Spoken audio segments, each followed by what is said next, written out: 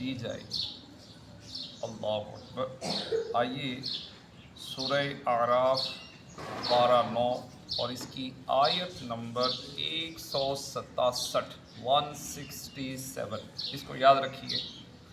یہ آیت میں اس بات کا اللہ رب العزت نے ذکر فرمایا ہے۔ الحمدللہ رب العالمین والصلاة والسلام علی سید المرسلین، اما بعد فاعوذ باللہ من الشیطان الرجیم، بسم اللہ الرحمن الرحیم۔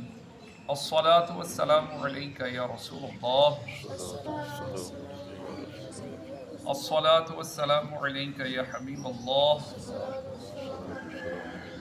الصلاة والسلام علیک یا نبی اللہ،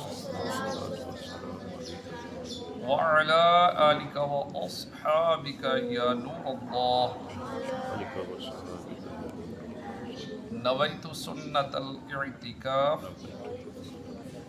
اللہ رب العزت کے آخری نبی مکی مدنی محمد عربی صلی اللہ تعالی علیہ وآلہ وسلم نے ارشاد فرمایا کہ جو مجھ پر 10 مرتبہ صبح اور 10 مرتبہ شام درود پاک پڑھے اسے قیامت کے دن میری شفاعت ملے گی۔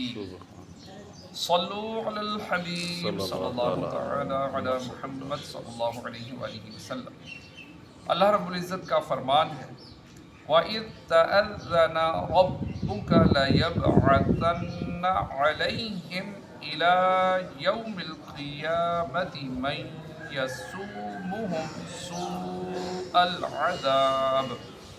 اور جب تمہارے رب نے حکم سنا دیا کہ ضرور قیامت کے دن تک ان پر ایسے کو بھیجتا رہوں گا جو انہیں بری مار چکھائے۔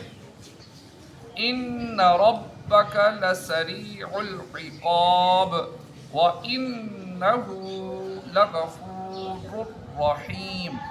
بے شک تمہارا رب ضرور جلد عذاب والا ہے اور بے شک وہ بخشنے والا مہربان ہے۔ اس سے پہلی آیات میں اللہ تعالیٰ نے یہودیوں کی سرکشی، گناہ پر دیدہ دلیری اور اس کی سزا میں مسخ بندر بنا دینے کا ذکر فرمایا، اور اس آیت میں اللہ تعالیٰ نے یہ ذکر فرمایا ہے کہ قیامت تک یہودیوں کے لیے ذلت اور غلامی مقدر کر دی گئی ہے۔ اس آیت کا معنی یہ ہے کہ اے حبیب صلی اللہ تعالی علیہ وآلہ وسلم، آپ کے رب عز و جل نے یہودیوں کے آباء و اجداد کو ان کے انبیاء علیہم السلام کی زبان سے یہ خبر دی تھی کہ اللہ تعالیٰ قیامت تک یہودیوں پر ایسے افراد مسلط کرتا رہے گا جو انہیں ذلت اور غلامی کا مزہ چکھاتے رہیں گے۔ چنانچہ اللہ تعالیٰ نے یہودیوں پر بخت نصر، سنجاریب اور رومی عیسائی بادشاہوں کو مسلط فرمایا جو اپنے اپنے زمانوں میں یہودیوں کو سخت ایذائیں پہنچاتے رہے۔ پھر مسلمان سلاطین ان پر مقرر ہوئے، پھر انگریزوں کی غلامی میں رہے۔ قریب کے دور میں جرمنی میں ہٹلر نے انہیں چن چن کر قتل کیا اور اپنے ملک سے نکال دیا۔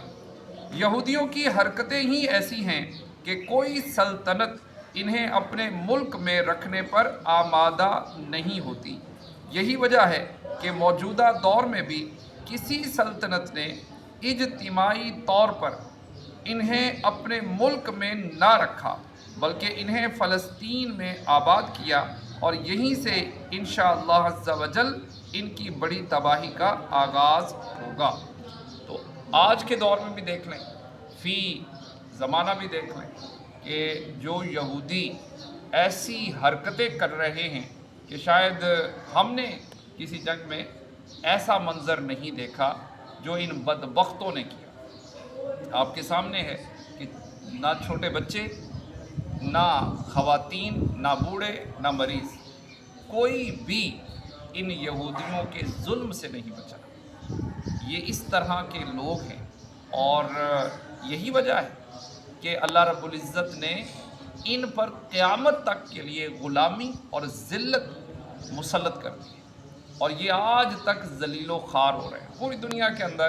جس طرح سے یہودیوں کو جو ہے وہ جس نظر سے دیکھا جاتا ہے، شاید کسی اور کو اس نظر سے نہیں دیکھا جاتا۔ تو اتنے یہ بدبخت لوگ ہیں کہ انہوں نے اپنے اپنے زمانوں کے اندر اپنے اپنے انبیاء علیہم السلام کے ساتھ کیا کیا، اور پھر دنیا بھر کے لوگوں کے ساتھ کیا کیا۔ تو اللہ رب العزت ان بدبختوں سے مسلمانوں کی حفاظت فرمائے، اور اللہ تعالیٰ ان کی کارروائیوں سے پوری دنیا کو محفوظ رکھے۔ آمین بجاہ خاتم النبیین صلی اللہ علیہ وسلم اجمعین۔ نیت